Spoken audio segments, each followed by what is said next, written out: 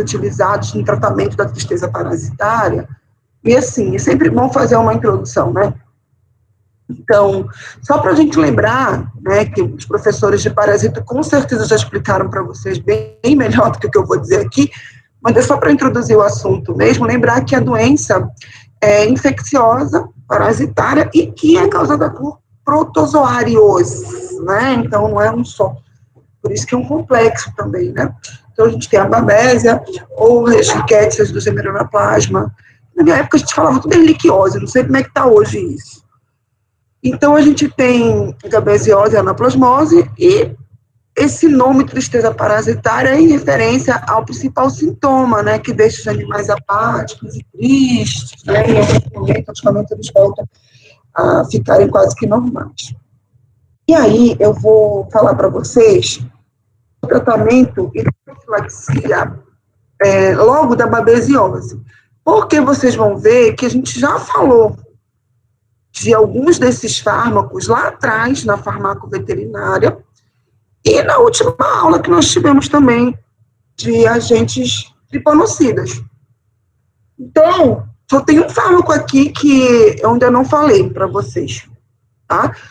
Então, olha só, lembrar que para fazer tratamento e profilaxia da babesiose, ou seja, de todas as formas de tristeza parasitária, a gente tem que controlar o vetor.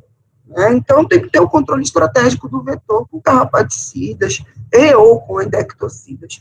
Quando a gente fala controle estratégico do vetor, não é simplesmente escolher um carrapaticida e aplicar no animal. Principalmente quando a gente está falando de animal de produção, o ideal é fazer carrapaticidograma. Alguém já ouviu falar? Alguém já fez? Assim como tem cultura em antibiograma, fungigrama, também existe carrapaticidograma. Então, é baseado no teste de carrapaticidas e a sensibilidade para aqueles carrapatos daquela propriedade que você colhe amostras e submete a esses testes, que são testes padronizados, inclusive saiu agora, não sei se em 2021 ou se em 2020, a nova diretriz, que dá todo o passo a passo de como deve ser o padrão para a realização desses testes com substâncias carrapaticidas, para que a gente possa ter um resultado mais seguro. E aí, o carrapato que você coletou, ou as espécies que você coletou na propriedade, que foram submetidas a carrapaticidograma, você consegue fazer a escolha de um fármaco carrapaticida, pelo qual a espécie de parasita que você colheu seja sensível, que não tenha resistência. E isso faz parte do controle estratégico. Aí vocês vão falar, mas eu vou fazer isso sempre. Eu não diria que vocês vão fazer isso sempre, porque tem níveis e níveis de propriedades rurais, né? Mas sabe aquelas propriedades que a gente já vê que usa a mesma coisa sempre, ou que tem muita infestação de carrapatos e que se vê que tem muita resistência? Claro, a gente deve eliminar outras causas, né? Porque às vezes a propriedade não tem resistência ainda a carrapaticidas, mas o problema é que a pessoa não usa a diluição certa, ou não aplica no momento certo, ou não faz outras medidas sanitárias, pode nem ser resistência ao carrapaticida. Mas quando você já eliminou todas essas hipóteses e você percebe que ainda assim está difícil o controle, né, eu sugiro que vale a pena fazer isso. Existem laboratórios que fazem, eu não sei se a UFRA faz, mas não é uma coisa difícil de fazer, é in vitro, e acho que o Luigi me falou uma vez que a Embrapa daqui faz, não sei se o Luigi está aí, a Embrapa Amazônia Oriental, que é a nossa. Outras Embrapas eu sei que fazem, no Mato Grosso do Sul, não sei se a nossa faz, mas acredito que sim. E é isso, né, fazer esse controle. E endectocidas, e aí de endectocidas a gente tem vários, a começar pelo grande grupo das avermectinas, que a gente usa tanto em animais de produção, quanto nos animais de companhia, né, cães e gatos, e outras espécies de pets não convencionais. Então, uma outra coisa que é importante é o manejo, sanitário, rotação de pastagem, que a gente sabe que mais de 90% das fases de vida desses vetores, principalmente aí no caso do carrapato, se dá fora do hospedeiro. Então, se a gente não cuidar do ambiente, isso dos animais de produção, não cuidar da rotação de pastagem, de coxo, de lugar onde eles ficam, é complicado também controlar a questão parasitária. E a mesma coisa vale também para os tutores de animais de companhia. Se não tratar o ambiente com carrapaticidas, se não cuidar do quintal, se não tiver cuidado com o ambiente onde o animal fica, já sabe que isso vai ser uma probabilidade de ter reincidivas, mesmo que você trate o animal com o endectocida, porque o endectocida tem um tempo de ação. Então, precisa também cuidar do ambiente. E tem outras técnicas aí também que algumas pessoas utilizam, e aí é mais animal de produção, que é a premonição, que pode ser natural ou artificial, que você... Não, aí não é um método farmacológico de tratamento e nem de controle. É você utilizar o próprio sangue de animais que já foram contaminados e inocular num animal que não foi inoculado, mas por uma forma de ele desenvolver anticorpos contra o parasita. Eu não tenho experiência com essa parte de premonição, então eu não posso dizer se é interessante ou se não é. Pode ser feito também de forma artificial. Tem vacina para carrapato, também foi desenvolvida pela Embrapa, mas não a nossa, e tem vacina também para carrapato. Não sei se economicamente é viável, mas nós temos. Agora, falando da parte farmacológica, o que a gente tem são quimioterápicos. Só lembrando que quando a gente fala de quimioterápico, né, as pessoas costumam remeter logo a antineoplásicos, né, a fármacos que são usados no tratamento do câncer, né, e isso não é assim.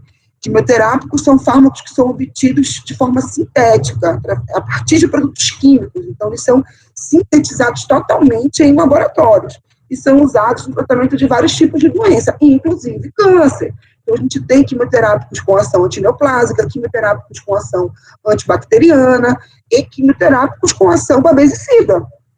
Então, o que a gente vai ver aqui hoje. Até agora tem perguntas?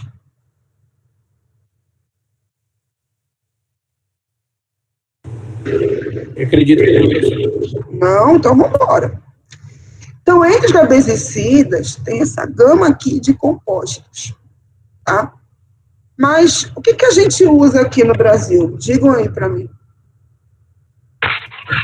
Imidocarb. Qual? Imidocárbico. E o diminazeno também. Diminazeno também. Não é? Só esses dois, o resto a gente não usa aqui não. Então, vamos falar daquilo que vai servir para a nossa prática diária, tá? Então, são dois fármacos, imidocarb e diminazeno, e aí eu coloquei as classes químicas só para a gente entender que são de classes distintas, apesar de serem dois fármacos que têm o mesmo objetivo, mas eles são de classes diferentes, portanto, eles não têm reações iguais, tem outras características farmacocinéticas, tá? Mas o que a gente usa são esses dois, basicamente, como babesicida. Presta atenção, não estou falando de anaplasma, estou falando de Ehrlichia. Então, babésia, esses dois. E aí, o diminazeno, a gente já conversou sobre ele quando eu falei de tripanossoma, de fármacos tripanocidas.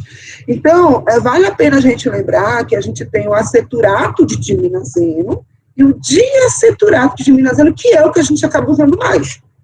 A diferença está na meia-vida. O diaceturato de diminazeno tem uma meia-vida mais prolongada que a forma de aceturato. Mas o modo de ação, o espectro de ação é o mesmo. No caso do diminazeno, diferente do imidocarb, a gente consegue ter um amplo espectro de ação. Ele consegue pegar algumas espécies de anaplasma, babésia e tripanossoma. Então, isso é uma coisa interessante. Por isso que a gente já viu ele quando a gente falou lá atrás de fármacos tripanocidas. O diminazeno tem outros potenciais que vocês nem imaginam. Quando eu digo potenciais, eu quero dizer que ele já foi testado in vitro ou in vitro e in vivo, mas ele ainda não foi liberado para uso clínico para vários tipos de doenças. Então, foi detectado que ele tem atividade amebicida, que ele trata glaucoma, que ele tem ação anti-leishmania, mas a gente não usa, porque aqui no Brasil, como anti-leishmania, só tem um fármaco, lembra? Miltefosina, que é vendido como o nome de Miteforan. Mas a gente usa outros fármacos com terapia combinada, dependendo do estadiamento da clínica do animal com leishmania. Mas já foi testado, assim como inúmeros outros fármacos foram testados para combater a leishmania, o diminazeno também foi.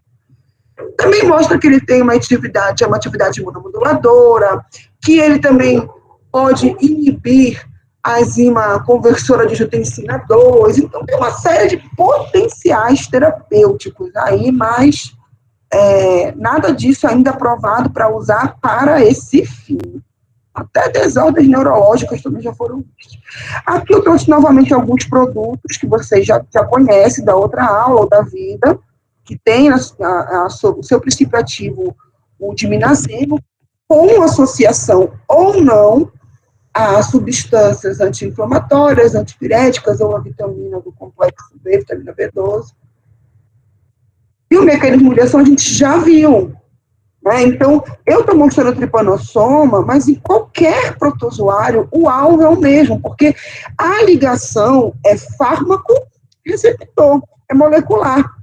Então, ele vai no DNA. E a história do diminazeno é justamente se ligar, olha a molécula dele aqui.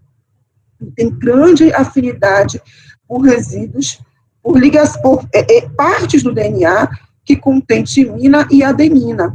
Então, ele forma uma ponte, olha aqui, e isso atrapalha completamente a replicação desse DNA, e o efeito é a morte, né? Destruição desse material genético, então o efeito é babesicida. Isso na babésia. No tripanossoma ele faz a mesma coisa, só que no DNA do tripanossoma é o mesmo efeito lá, tripanocida. Além disso, preconiza-se que ele interfere na glicólise anaeróbia dos parasitas de forma geral. Então, do mesmo jeito que ele inibe a síntese de DNA e que ele destrói o material genético do tripanossoma, ele faz o mesmo com a babésia, faz o mesmo com a ameba, faz o mesmo com outros protozoários, porque o sítio é o mesmo. Tá? Novamente, a gente já viu essas características farmacocinéticas. Eu não estou afirmando que é para aplicar aqui, é só um esquema, mas vocês sabem que isso aqui fica a critério de vocês, mas que o ideal é que seja na tábua do pescoço. Tem animal que não tem nem glúten aqui suficiente para aplicar. E a gente tem aqui a distribuição que é bem ampla, inclusive através do sistema nervoso central, por isso que foi testado para tratamento de desordens neurológicas in vitro, em minicérebros in vitro. Passa pelo fígado, tem uma extensa metabolização e excreção biliar e renal. Também se acumula nas vísceras do músculo em intensidade de pouso, o que faz com que tenha uma longa ação. Aí existem vários protocolos de tratamento que a gente usa de diminazeno. E aí, o que faz sentido? Faz sentido você fazer protocolos chamados de ação dupla quando a gente tem uma suspeita de diagnóstico, quando a gente não sabe direito se o animal está acometido só por babésia ou se ele está acometido por anaplasma, o que é uma grande possibilidade, já que o vetor é o mesmo, né? Então, é bem possível que ele tenha os dois parasitas. Então, é muito comum ou você usar só o diminazeno, sabendo que ele pega algumas espécies de anaplasma, e aí você usa de 3 a 5 miligramas por quilo, sempre IM, e aí essa dose é única. Você pode repetir depois de uns 3 meses, depende do grau de endemia daquele local. E você também pode associar, sabendo que o animal tem anaplasma, ou que desconfie que ele tem anaplasma, você pode associar com tetraciclinas, que a gente sabe que combate as erlíquias, e o diminazeno, junto com o imidocarb, que a gente sabe que o imidocarb tem um espectro também para anaplasma. E babésia. Então, a gente pode usar separado. Ou eu uso diminazeno, ou eu uso imidocarb numa infecção suspeita mista, ou eu posso usar diminazeno com tetraciclina, ou eu posso fazer associação de diminazeno com imidocarb.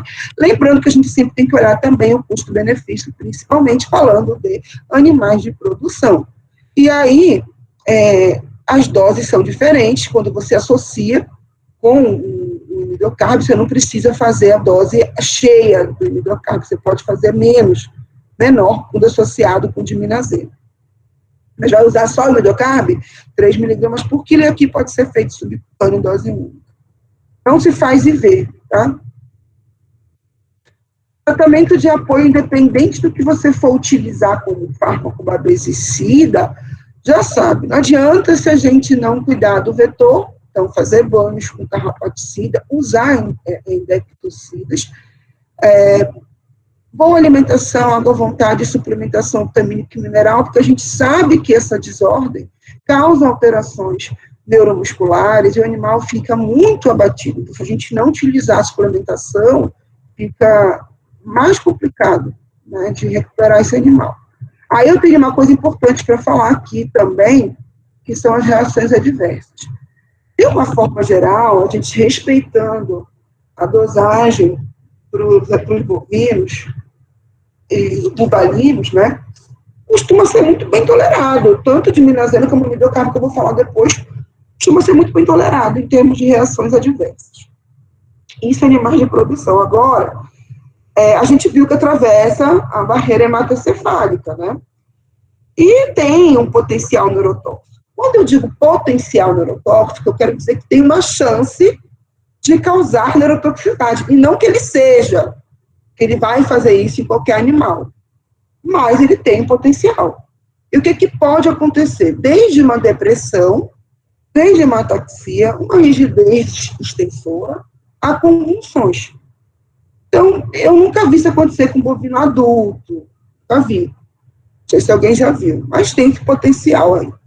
Agora, em cão, a gente usa o diminazeno com usão do imidocarb, porém, a gente sabe que os cães são mais sensíveis às reações adversas desses fármacos.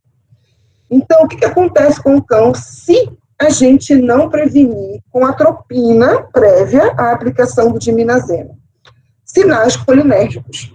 Isso é bem descrito, isso é bem comum, por isso a gente não deve prescrever esses fármacos para casa, eles são injetáveis, como vocês viram, então isso é feito no consultório, isso é feito na clínica. E aí, o ideal é que você aplique a atropina antes, porque senão o animal vai salivar, pode ou não vomitar, pode ou não ter diarreia naquele momento, ou quando ele chegar em casa, dificuldade respiratória, lacrimejamento, e pode diminuir seus batimentos cardíacos. O que eu sou acostumada a ver na minha frente? Salivação, lacrimejamento e bradicardia. Então, isso é bem assim, bem visto mesmo. E tremores musculares eu também costumo ver. Parece que ele está intoxicado, querendo se intoxicar por chumbinho, mas bem menos grave. Tá? Então, fora isso, dói muito no local da aplicação, qualquer que seja o animal, tá? E costuma causar inflamação estéril no local da aplicação. E se a gente der dose muito acima do que é necessário, e eu estou falando isso porque o fármaco tem uma eliminação renal e ele passa por metabolismo hepático, se a gente não tomar cuidado com a dose, a gente pode causar esse tipo de dano nesses órgãos.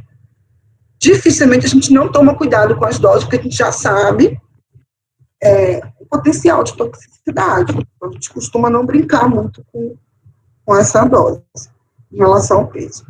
Para animais de produção, há necessidade de respeitar o período de carência. Então, coloquei aqui para bovino, diminazeno, 30 dias. Então, depois da última dose, 30 dias depois, você pode levar esse animal ao abate para retirada de carne. E o leite é aconselhado que espere 7 dias depois da última aplicação, para que esse leite possa ser, então, destinado a ser processado como matéria-prima para consumo humano. Tá? Alguém tem pergunta, gente? Não, professora, só o pessoal que estava tentando entrar já desde antes aí de falar. Olha, eu esperei 15 minutos, parei várias vezes, bora lá. Voltou aqui a apresentação? Voltou. Ó, então vamos falar de imidocarb. Então, eu trouxe para vocês aqui algumas especialidades de imidocarb, tá? Já ouviram falar? Sim. Qual? O isote e tem o gazoete também. Gazoete. Imidocarb B2. Então, olha, eles são comercializados sempre na forma de dipropionato, então, são injetáveis. Esse dipropionato, esse tipo de recipiente, ele vem no sentido de prolongar a ação, tá? Então, um dos motivos da gente não fazer IV, primeiro, porque ele não tem mesmo solubilidade para isso, e outra, que é porque eu vou acabar desperdiçando a função do dipropionato, que é prolongar a ação do imidocarb, prolongar a sua absorção. Se prolonga a absorção, ele prolonga a meia-vida, e isso prolonga o tempo de ação no organismo também. Então, é por isso que ele vem dessa forma, tá? Qual é o mecanismo de ação? Então, o imidocarb, ele tem um mecanismo diferente do diminazeno, porém, o objetivo é o mesmo, inibir a síntese de ácidos nucleicos, aqui DNA e RNA do parasita, tanto babésia quanto anaplasma. Então, como ele age? Da feita que você faz a aplicação dele injetável, que ele é absorvido, ele consegue penetrar muito bem nas células parasitadas, consegue entrar no protozoário, e lá, né, pela sua estrutura química, ele vai impedir a absorção de precursores importantes para a síntese de bases purínicas e pirimidínicas do DNA. Isso me lembra muito a ação do halopurinol, que nós vimos lá no tratamento contra a leishmania, aquele leishmaniostático, o halopurinol.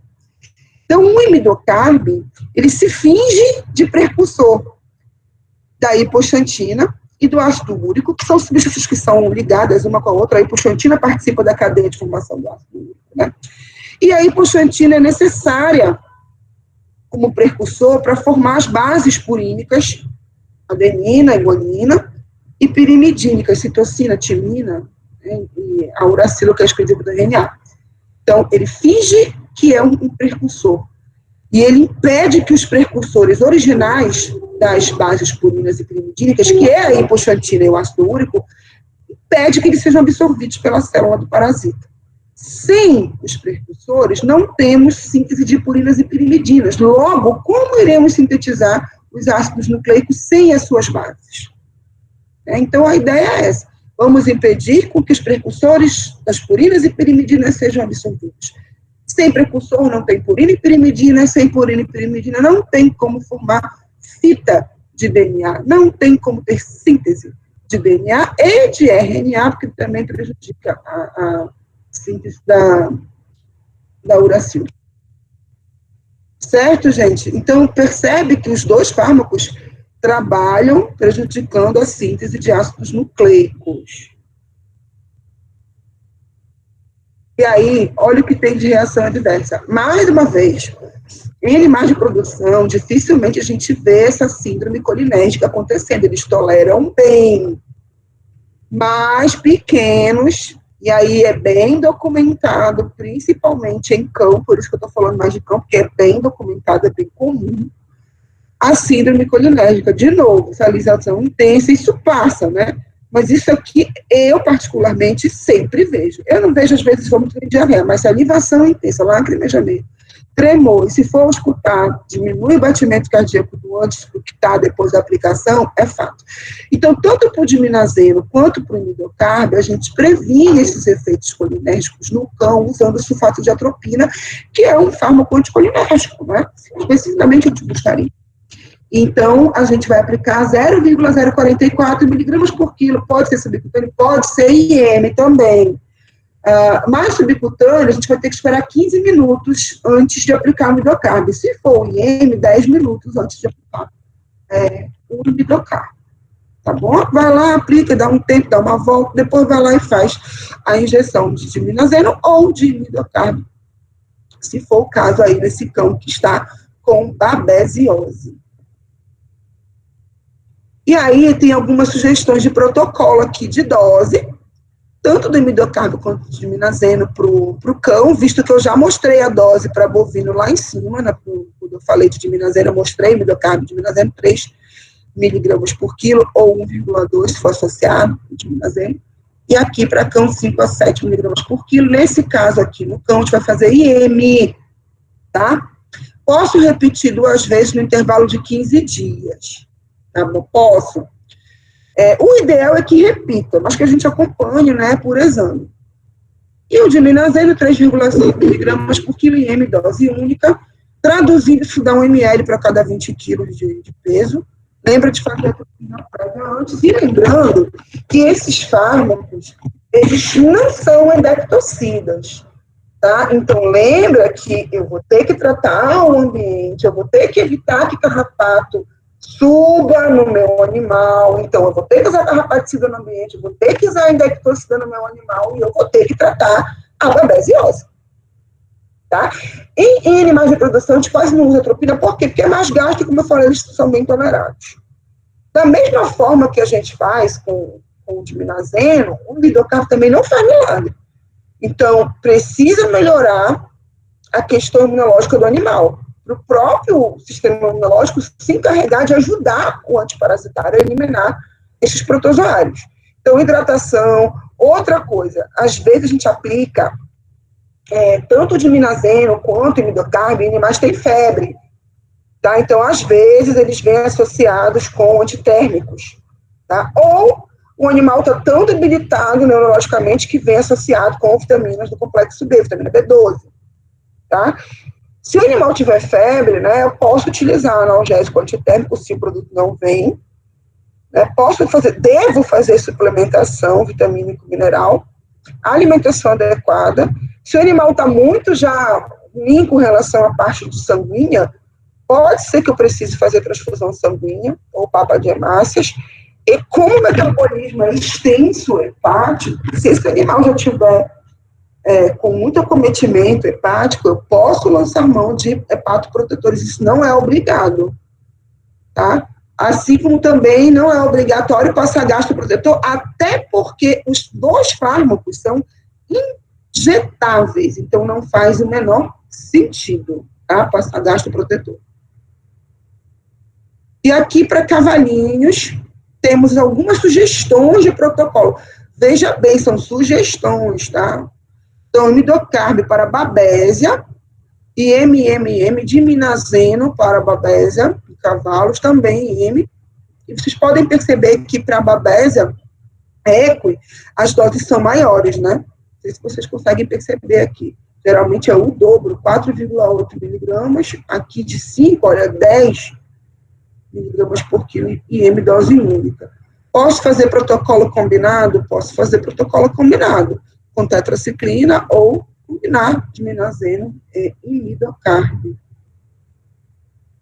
Do mesmo jeito, não adianta fazer só o babesicida se você não cuidar da alimentação. Então, capim fresco, feno, silagem, suplemento. Eu trouxe até um aqui, ração concentrada, sal mineral, água fresca. Tem alguns suplementos aí no mercado, tem outros muito bons aí no mercado, eu falo desse aqui, para cuidar da parte da série vermelha do animal, isso é importante. Aí, para bovino, coloquei aqui o imidocarbo, uma outra sugestão de tratamento. No bovino, o imidocarbo tolera fazer subcutâneo. Então, aqui para vocês, duas posologias combinadas ou não. E aí eu trouxe um protocolo de tristeza parasitária bovina sugerido, tá? Porque tem vários protocolos sugerido aqui pela Valer, que trabalha bem com isso. Então, eles usam 1 ml do diminazeno deles para cada 100, do imidocarbo deles para cada 100 quilos de peso. Subcutânea, como eu falei, percebe que é o único que a gente está fazendo subcutânea, tá? Para bovino. Todo o resto, vocês viram que era IM, cão, cavalo, tudo é IM. E dose única. Sempre pesa. Não vai ter esse negócio de olhar assim. Tem uma noção de peso, no mínimo. Tá? Porque os bovinos toleram, mas também se exagerar na dose dá problema. principalmente se for bezerro. Gente, vocês têm perguntas? Sobre o alcance de aspecto deles, né, no caso, os dois têm para todos, para os protozoários, no caso, os dois fármacos? Ehrlichia não. Diminazeno, ele pega Babesia e pega anaplasma. Mas essa Ehrlichia canis que a gente tem, por exemplo, nos cães, ele já não pega. Só que às vezes as pessoas usam combinado com doxiciclina, porque não sabe se o animal tem babesiose e ehrlichiose, ou não sabe se tem um ou se tem outro. Então, às vezes fazem isso. Eu já vi muito usar mesmo em conjunto com a dox. Isso. Porque nem sempre as pessoas têm condições de pagar um PCR, né? E às vezes o animal está muito abatido, e aí as pessoas querem começar logo o tratamento. Mas o diminazeno, ele não pega Ehrlichia, não. Aí o que o pessoal faz? Casado. Da mesma forma que o diminazeno é muito bom para babésias. Tem algum anaplasma que pega, mas ele é muito bom para babésia. Aí o imidocarbo já pega legal o anaplasma. Aí o que o pessoal faz? Combina. Ou o imidocarbo com tetraciclina, ou com o diminazeno. Mas para pequenos, a combinação mais comum mesmo é pegar um dos dois, ou imidocarbo ou diminazeno, e combinar com uma tetraciclina, que normalmente é a doxiciclina, pela facilidade, né, que a gente tem de diferentes formas farmacêuticas, diferentes concentrações de picado, acaba sendo mais fácil. Mas oxitetraciclina também pega Ehrlichia, não é só a dox. E aí, falando nelas, tetraciclinas a gente já viu lá na farmaco, mas eu trouxe de novo aqui porque a gente usa, né? Então, a gente tem aqui a oxitetra, a doxi, o nome é doxi mesmo, mas é nome comercial, tá, gente? Tem gente que escreve na receita doxi, mas é porque está se referindo a esse produto. E a gente tem suspensão, que fica mais fácil para dar para gato, depende, o meu odeia líquido, mas tem gato que prefere, para dar para filhotes. A gente tem os comprimidos de 400 ou de 100 miligramas, tem comprimidos de 80, 200, então tem muita facilidade de administração. Fora que tem a tetraciclina em si também, que eu não trouxe aqui, que ela é mais hidrossolúvel. O espectro de ação, aí aqui já aumenta, né, porque os outros, vocês viram que eles trabalham só com protozoários, né? Tetraciclinas não. Trabalham com protozoários, mas trabalham com bactérias aeróbias, gram-positivas, gram-negativas, anaeróbias, clamídias, vibriões. Isso é bom, por um lado, mas por outro, gente, a gente tem que tomar cuidado com um negócio chamado disbiose. Quando a gente vai tratar um animal que está hemoparasitado e que a gente vai usar qualquer que seja a tetraciclina, como elas são de amplo espectro, fatalmente, quando a gente está fazendo um uso por vários dias, como é o caso que acontece com a ehrlichiose canina, né, por exemplo, ou com a micoplasmose, no caso dos gatos, por exemplo, a gente usa semanas, né, diariamente, né, essas tetraciclinas. E, assim, não tem jeito delas causarem uma diarreia, né. E aí, essa é uma coisa que a gente tem que chamar muita atenção para esse uso com a dose certa, com o intervalo certo. E aí, eu sei que vocês vão achar estranho, alguns vão achar estranho, outros não, mas o que o pessoal faz muito, né? Associa gastroprotetor. Só que o gastroprotetor não previne a diarreia, não tem conexão nenhuma. Pelo contrário, com o passar do tempo, principalmente se for gastroprotetor dos tipos inibidores da bomba de prótons, como é o omeprazol, como é o lansoprazol, que a gente tem para uso VET, omeprazol, de especialidades nossa mesmo, né, ou manipula, eles também afetam o equilíbrio intestinal entre as bactérias.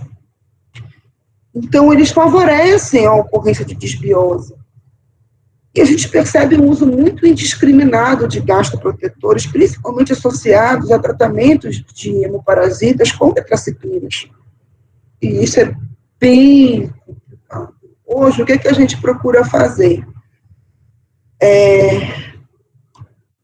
Como o alimento ele não prejudica a absorção da tetraciclina que a gente faz oral, a não ser que seja leite, mas o alimento não prejudica, a gente pede para que dê o antimicrobiano junto com o alimento, ou logo após o animal se alimentar. A gente procura utilizar excipientes mais seguros, como a doxiciclina na forma de iclato, que vem quelado e que só vai ser liberado no intestino, então não tem esse prejuízo direto ao estômago. Tudo isso para evitar que a gente fique usando gastroprotetor de forma indiscriminada. Vai ter animal que vai precisar, mas tem que tomar muito cuidado com a desbiose, porque esses fármacos já são de amplo espectro. E um outro ponto é jamais misturar 2 gastroprotetores, jamais ranitidina e omeprazol ao mesmo tempo, para evitar a gastrite animal que está sendo tratado com iliquiose. Isso é um erro médico. Eu já vi muito isso.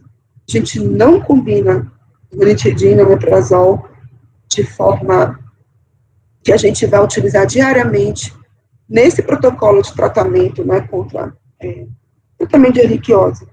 Isso não se faz, porque quando a gente retira os 2 gastroprotetores, a gente tem o que a gente chama de hipersecreção ácida rebote.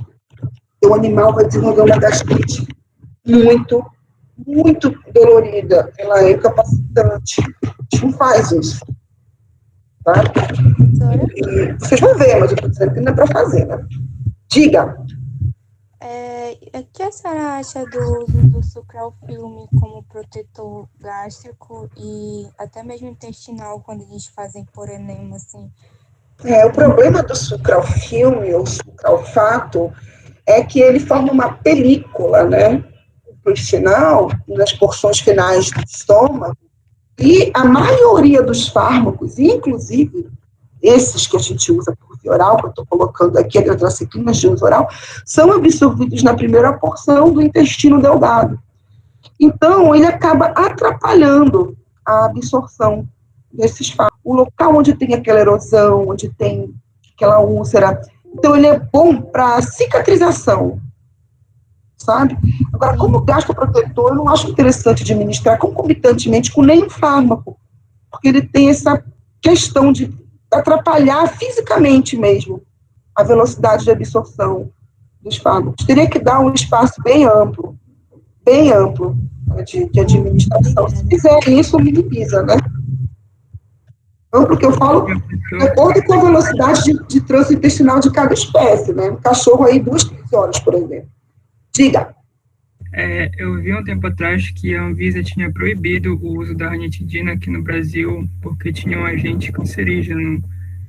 Isso foi para os humanos, no caso. A senhora soube sobre isso? Sim, foi um lote, Caio, isso aí. Isso foi um lote, tá? Mas os humanos ainda usam, se tu quer saber, Caio, até a cimetidina, que nem era para a gente estar usando mais, o SUS ainda usa. Cimetidina tem uma série que é antes da ranitidina, né? Cimetidina tem uma série de efeitos, inclusive hormonais. Vocês não usem animal reprodutor, cimetidina, viu? Dá efeito antiandrogênico, dá uma série de coisas. Mas foi um lote, Caio, só. E na VET, o uso da ranitidina ainda é permitido, sim. Inclusive está no guidelines de gastroprotetores para uso em veterinária. Agora, não sei se tem muita vantagem usar, porque com o passar do tempo já foi visto experimentalmente que ela causa tolerância de uso. E é tolerância no sentido de taquifilaxia mesmo, são poucos dias mesmo, não precisa ser meses usando, não. E ela atua com o receptor, né, com o receptor H2, então internaliza e com o tempo não faz mais efeito.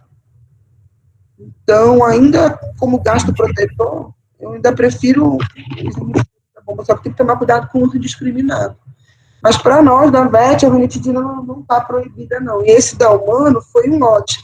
Assim como teve um lote da Nimesulida, uma época também que ficou proibido, anti-inflamatório. Mas e quando aparece um negócio desse?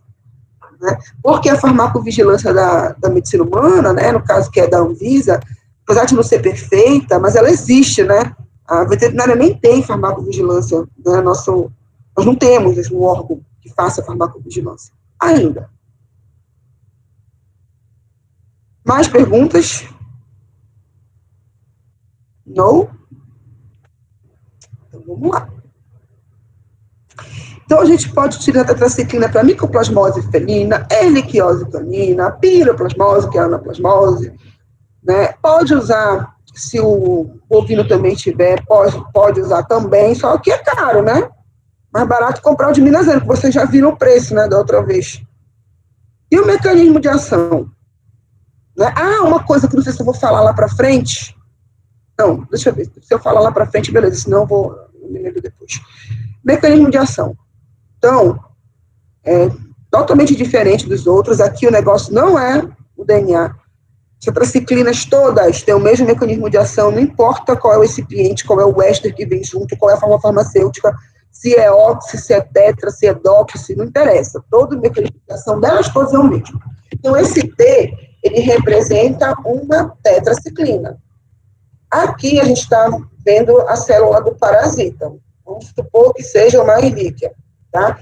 Então, a tetraciclina tem uma distribuição, gente, muito ampla no organismo. Mesmo quando a gente faz oral, as que são bem absorvidas por uso oral, como é o caso da doxi, que é bastante lipossolusa, ela consegue penetrar super bem nas células. É por isso que a gente usa muito, né? Porque ela consegue entrar no ambiente intracelular do hospedeiro e ir atrás do hemoparasita.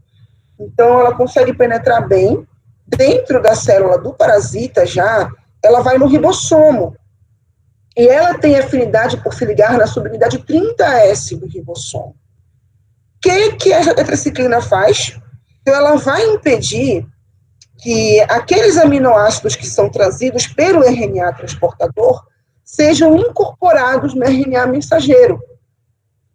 Então, se não tem aminoácido, como que vai ter síntese proteica? Já que é necessário, né, que as proteínas sejam formadas com a junção de aminoácidos. Então, não tem.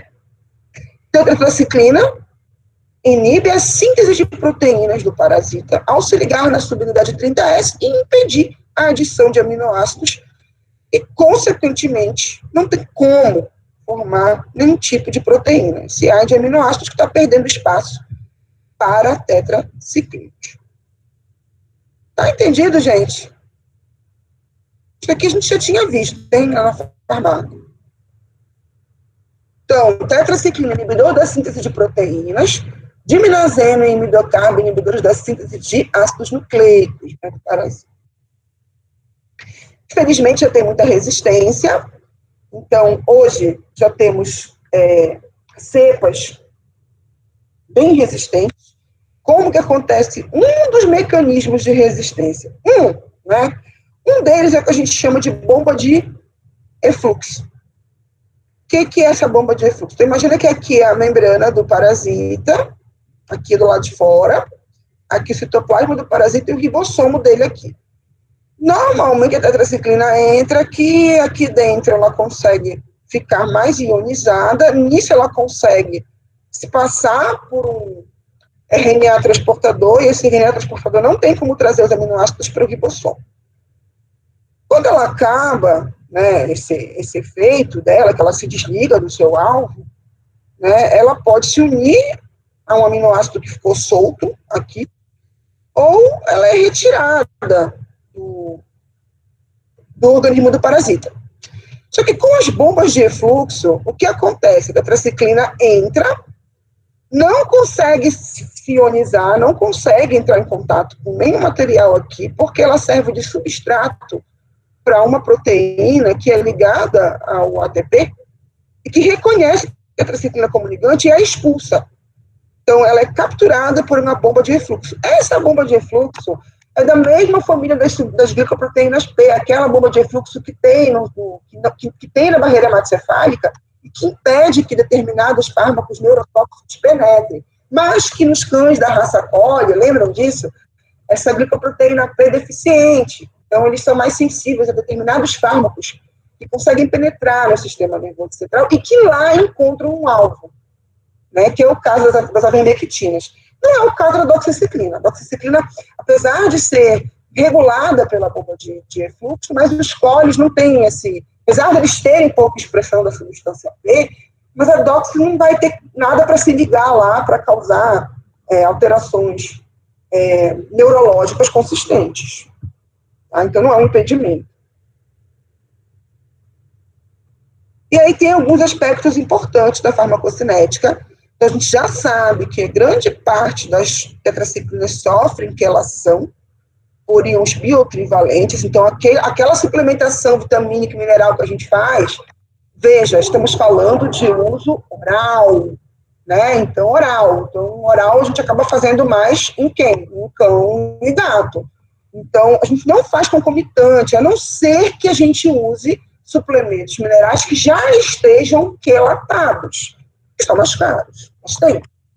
Na dúvida, né, ou não tem, dá um intervalo entre as administrações para que você possa buscar a eficácia máxima da absorção das tetraciclinas. Entre elas, a que menos quela, que menos interage com cálcio, alumínio, ferro, magnésio, é a doxi. Porque hoje a gente já tem, como eu falei para vocês, a doxi em forma de clato. Então, ela já tem uma relação menor lá no intestino. Né? Mas a gente tem no mercado ainda a cloridrato de doxiciclina, que funciona muito bem, é o mesmo mecanismo de ação, do mesmo jeito. Do mesmo jeito. Tem que tomar cuidado com a ingestão concomitante de suplementos e polivitamínicos ou leite, né? Que a gente já viu que nem queijinho também não deve. Tá?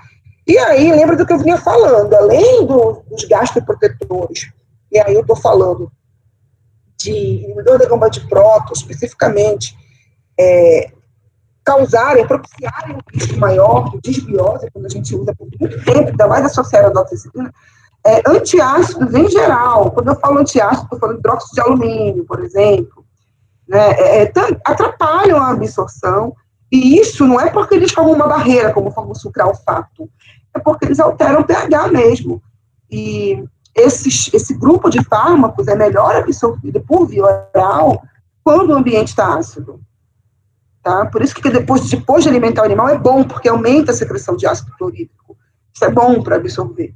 Então, quando a gente usa concomitantemente uma ranitidina, um omeprazol, um hidróxido de alumínio, né, a gente acaba dificultando o início do efeito, porque diminui muito a absorção do fármaco dado concomitantemente por via oral. Perguntas? Tudo isso a gente vê na hora de receitar as coisas, entendeu? A gente deve escrever, né, numerar 1, medicamento tal, 2, mas a gente tem que se preocupar com o intervalo entre eles. Porque senão, pode ser que você não tenha uma eficácia tão boa quanto deveria, tão mais rápida no seu tratamento. Eu sempre falo para os meus alunos, se diferenciem, porque de manada tá cheio. E quem entende do assunto percebe isso, e sim, eu tenho vergonha alheia. De verdade. Até porque os próprios alunos que também já têm conhecimento têm vergonha alheia de quem já é formado, inclusive fazendo coisas que não deveria. E eu sei disso porque a gente comenta, né? Não na aula, eu comento nos bastidores, que chega para mim, assim, cada coisa que eu fico realmente, efeito manada é complicado. Bom, aí tem a questão da distribuição ser bem ampla. Então, gente, nesse quesito, eu queria chamar a atenção para a questão das tetraciclinas em animais prenes, em filhotinhos, porque elas conseguem atravessar a barreira placentária e elas conseguem, ainda como está na organogênese, né, então naquele primeiro terço da gestação, elas conseguem se ligar ao cálcio ativo que está sendo ali formado nos dentes, nos ossos, e aí ela acaba quelando, né, esse cálcio. E isso pode levar, quando esse animal nascer, a deformidades ósseas, dentárias, como manchas, como agenesia de esmalte. Não tem nada a ver ele ter agenesia de esmalte. Esteticamente vai ficar feio, mas ele vai continuar tendo dente. Agora, se é um animal que tem um poder de um valor zootécnico alto, né, aí você faz bobagem, né, prescrevendo para uma fêmea que está gestante no primeiro terço esse tipo de fármaco. Então, a gente tem que prestar atenção nessas coisas também. A distribuição é bem ampla na saliva também. Por que isso é importante? Isso é importante porque se a gente tiver que fazer algum tratamento odontológico, é possível utilizar esse fármaco para isso também, não é só para erliquiose. Excreção renal e fecal, e aqui eu quero chamar a atenção. Todas as tetraciclinas têm algum potencial nefrotóxico, porque todas fazem uma excreção renal proeminente, exceto a doxiciclina, tá? A doxiciclina sai grande parte nas fezes e uma parte no rim. Isso é importante. E aqui eu trouxe algumas reações indesejadas aqui. Um animal filhote, que foi medicado com a doxiciclina, porque estava com hemoparasitose, fez lá os seus 30 dias, e aqui, como ele era filhotinho ainda, né, ele ficou maiorzinho, apareceu isso aqui, ó, depois do tratamento. Então, isso aqui é uma hipoplasia de esmalte. Não sei se vocês conseguem perceber que o esmalte vem até aqui, e aqui não cobre mais, ó, na coroa do dente. Dá para perceber aqui, as manchinhas. Não só a mancha, como a falta do esmalte, tá? Então, vai fazer ou não vai fazer? Depende. Tem que pensar no animal. Se esse animal está com risco de morte, é um filhote, está com risco de morte, eu não vou fazer porque vai dar mancha no dente? Então, você veja o risco-benefício, né? É isso que tem que ser visto. Estou dizendo que são reações indesejadas, não estou dizendo que é contraindicado, tá? Mesma coisa as fêmeas perenes. Será que eu vou deixar ela morrer?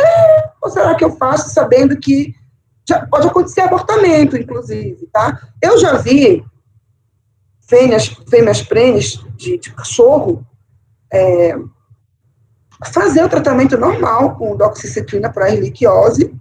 No fim, nasceu um filhote com desenvolvimento menor, natimorto, e os demais, ok. Não sei como ficou a dentição deles quando cresceram, né? Mas mas é contraindicado, né? Então, mas eu já vi, porque foi pesado o risco-benefício. Então, a gente sempre considera isso. E sempre vai ter algum transtorno gastrointestinal quando a gente faz por longo prazo, tá? Por quê? Porque é um antibiótico de amplo espectro. Bom, aqui, sempre falo mais da doxiciclina, porque ela é a mais usada na clínica de pequenos, então ela é muito mais usada por quê? Porque baixas doses a gente tem boa cobertura. Então, eu posso usar 5 mg por quilo 2 vezes ao dia, eu posso usar 10 mg por quilo 1 vez ao dia, por exemplo. Isso me dá a possibilidade de fazer ajustes para 1 vez ao dia ou a cada 12. Eu tenho pouca influência de alimentos, exceto leite aí, tenho a maior parte da eliminação fecal, então é por isso que a gente acaba usando. Para mim, ela é a melhor de todas as doxes, as tetras, para pequenos, tá? E aqui eu coloquei um protocolo para cães e gatos, sugestão. Eu coloquei mais de uma, inclusive, coloquei uma de 21 dias, porque vi assim, eu particularmente não faço 4 semanas. E o Midocarb aqui, que você pode fazer a cada, esse que é a cada, pelo amor de Deus, hein? A cada 14 ou a cada 15 dias, no mínimo 2 aplicações, e você vai fazer exame para saber se precisa fazer mais ou não. Tem uma questão aqui que tem animais que são muito intolerantes à doxiciclina, principalmente gato. E aí tem gente que usa de forma off-label a enrofloxacina em gatos para tratamento de hemoparasitose felina.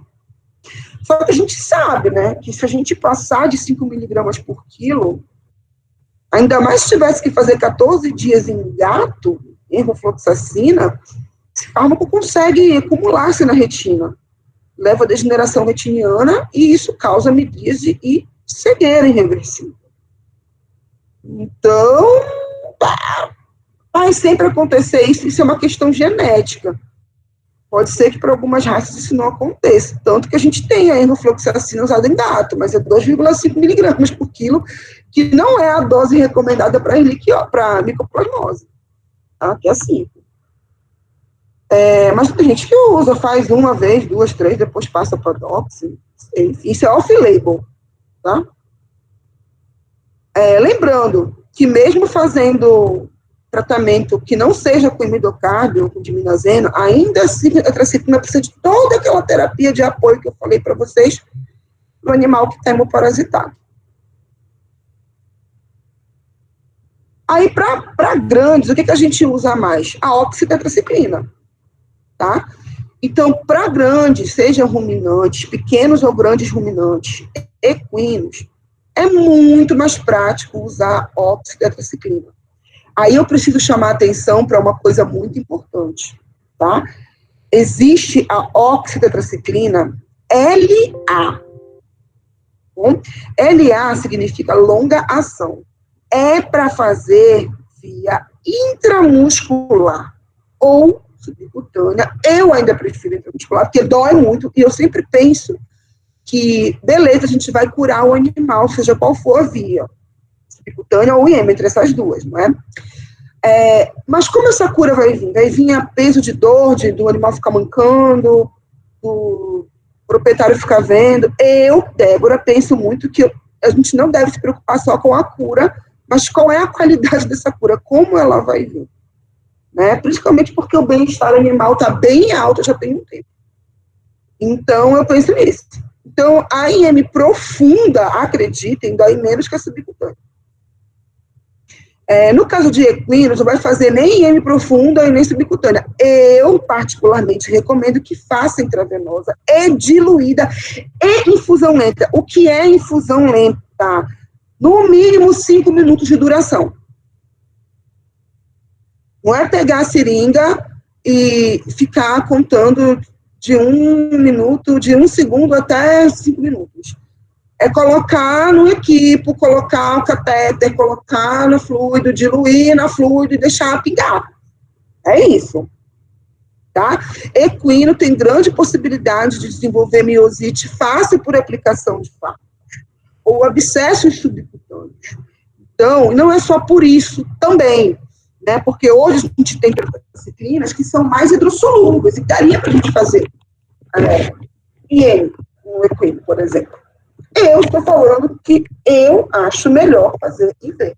Aí vocês vão ver outros protocolos, tá? E uma outra coisa que é importante, há relatos de colapso cardiovascular em equinos quando a gente faz alguns fármacos. Eu vou citar 2 aqui, né? As próprias tetracyclinas, principalmente a oxi, não, qualquer uma tetracyclina. Enrofloxacina também, quando a gente faz alguns tipos de fármacos em equinos, por via IV, sem diluir, é como se eu estivesse colocando algo muito concentrado de uma vez só na corrente sanguínea, mesmo que eu faça isso de uma forma lenta, e esse animal ele vai desenvolver uma taquicardia, sudorese intensa, dispneia, e a pressão dele fica alterada, então costuma dar hipotensão. O nome disso não é anafilaxia, isso não é choque anafilático, isso é colapso cardiovascular, tá? Então a gente tem que tomar muito cuidado com injeção intravenosa desse tipo de fármaco, desse grupo de fármacos e de alguns outros que são muito específicos também, que causam esse tipo de colapso. Então tem que tomar cuidado, isso não é choque anafilático, tá? Tem gente que confunde essas coisas. E, então, a minha sugestão é que faça essa diluição. E também, gente, não é para ficar usando como a gente faz no cão e gato, a gente não fica usando oxitetracyclina para anaplasmose durante 30 dias, senão vocês vão matar o cavalo mesmo, de cólica. Lembra que esses fármacos são de amplo espectro, que eles destroem a flora intestinal, a flora fecal, e a mesma coisa com os ruminantes também, não é para ficar usando também como se faz para cão e gato, 4 semanas, não, isso é uma dose única.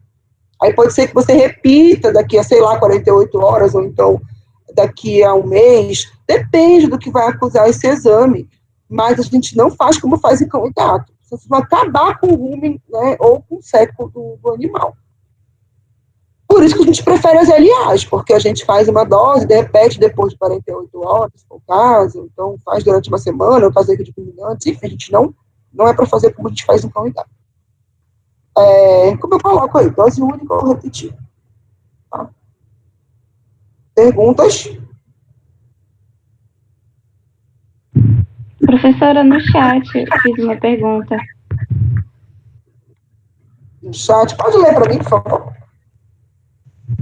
Eu perguntei se o tramal injetável e intravenoso pode causar essa mesma questão de alteração de pressão?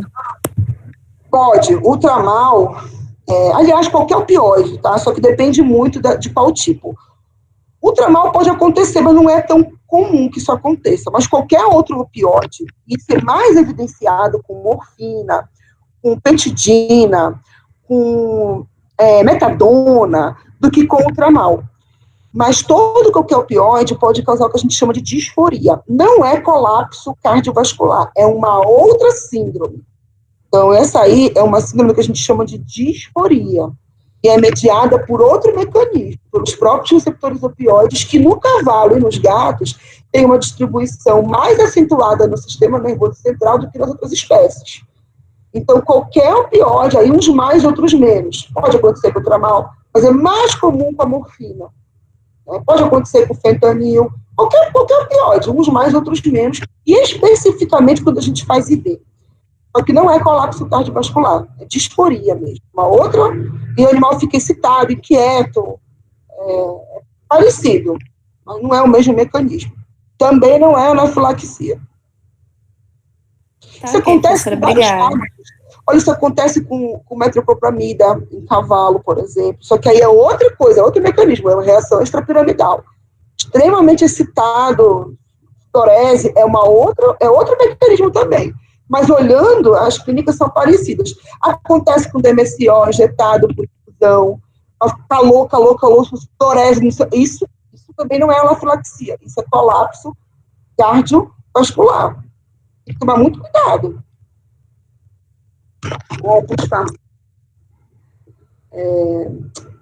Eficácia da enrofloxacina. Então, olha só, tem uns trabalhos aí que falam, né, sobre usar a enrofloxacina, como eu disse, é off-label. Tá? Mas tem gente que usa. Eu peguei esse aqui nos bovinos, olha. Então, ele comparou a enrofloxacina com uma tetraciclina e um animal que não tomou o controle. E aí, ele verificou a parasitemia da anaplasma marginalia aqui. Olha. Com a enrofloxacina, que é de azulzinho, foi uma dose única, tá, gente? Dose única. O que ele observou aqui? Que a parasitemia se manteve no dia seguinte. Depois, olha, próximo do segundo dia, caiu substancialmente. Ele mediu por 3 dias só, foi coisa pouca. Bem simples.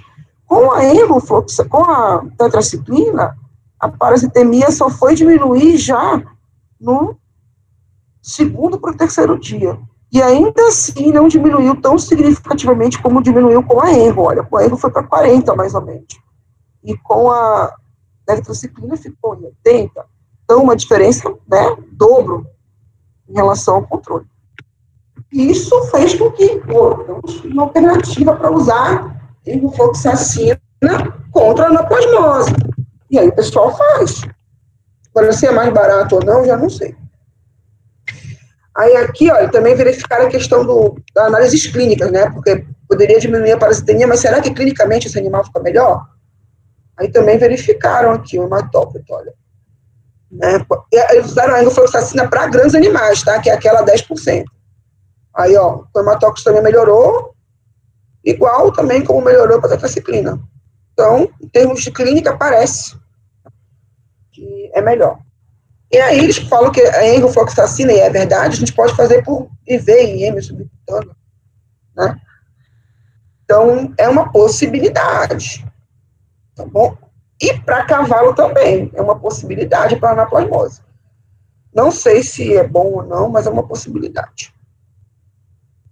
Vocês têm perguntas? Se não, eu trouxe um exercício. Vou pegar.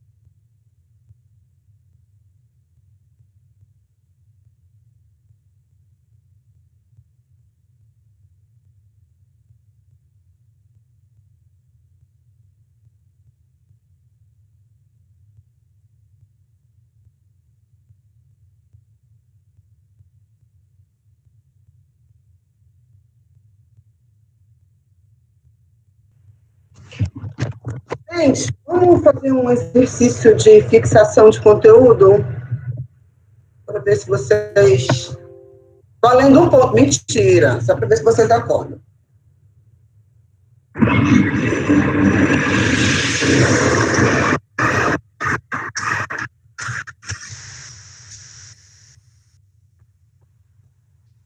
Vocês vão ter que ser rápidos que abrir o microfone, tá? Aquele que abre o microfone e eu ouvir primeiro, acerta. Vou dar meio ponto. Mas não vale, não é acumulativo. Todos estão ouvindo? Sim. Estão vendo? Então tá, então bora. Não tem equipe, é individual.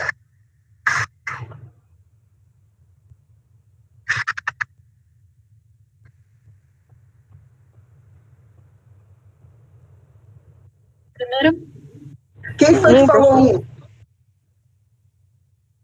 Eu quem? Eu quem? foi o William, professora. Olha, eu ouvi voz de homem um, hein? Foi? Ah, o William, tá. Acertou, William, meio ponto já para ti. Próximo? Não tem próximo, que tal? Ah, desconfigurou. A doxiciclina é uma das tetraciclinas mais utilizadas na clínica veterinária. Sobre ela, é correto. 3. Teve uma mulher que falou 3 aí primeiro, bora ver. Foi a Andressa, professor. Foi a Andressa. Andressa. É a Andressa Pereira? Andressa Pinto. Não, Andressa Malta. Andressa Pinto, eu não sei como é que tá no WhatsApp, no Meet. Quando terminar, vai escrevendo no chat para mim quem acertou, tá? Que aí eu vou ver. Mais uma. Indique a alternativa que está de acordo com os efeitos adversos provocados pelo aceturato de diminazeno. 4. Quem foi essa? Acertou. Quem foi? Bellini. Foi a Bellini. Ah, Bellini é CDF.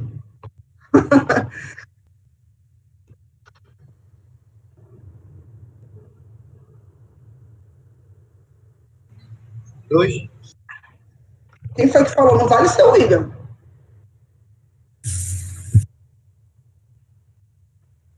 Fui eu, prof, Antônio.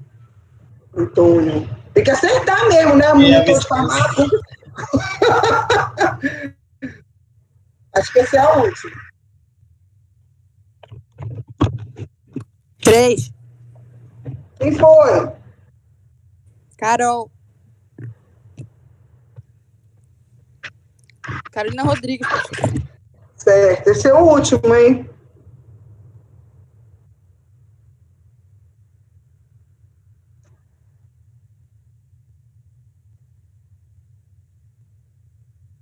Quando vocês terminarem de ler, me avisa.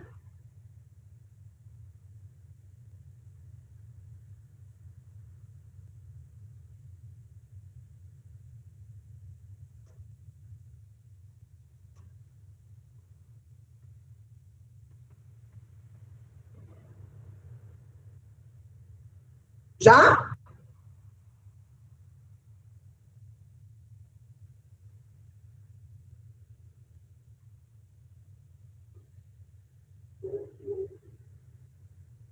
Essa aqui pode ser uma resposta por pessoa. A B é hipoplasia de esmalte. Pode ser Certo. Quem hipoplasia foi? óssea. Anota no chat. Também. Anota no chat, anota no chat. A contraindicação é animais prenhes. Mas eu perguntei co-administração de produtos, não contraindicação.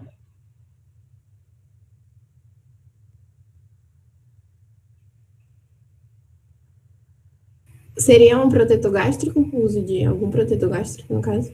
Tu tá perguntando ou tá respondendo? Estou respondendo. Isso é um omeprazol. Então, tá. Por quê? Tem que justificar. Olha, essa daí é que justifique. Porque, no caso, ele ia atrapalhar a absorção e também... É isso. Da Isso, Dox. pronto. Da Dox. Mas quem foi que respondeu? Alguém que não tinha respondido? Foi, Carolina Carreira, agora. Então pronto, anota lá. Até agora Professora? ninguém me deu a dose. Oi! Professora, na letra A seriam 73 miligramas de doxiciclina e 1,46 ml de Hemolitan. Quanto foi que deu a tua dose de tetra? Desculpa, de dox? De dox 73 miligramas. Isso daria quantos comprimidos? 1. Beleza. E o Hemolitan? 1,46 ml. Quem é esse? Alessandro. Muito bem, esse é outro também. Então, pronto. Certo, gente. Aqui estão as respostas, para vocês relembrarem, os calculinhos sem VetSmart. Aqui eu arredondei, logo fica mais fácil para o tutor. Poderia ser o que é latado, tá, gente? O suplemento mineral, mas vale gastroprotetor também, tá bom? Só para lembrar isso aqui. Ixi, ainda tem mais um.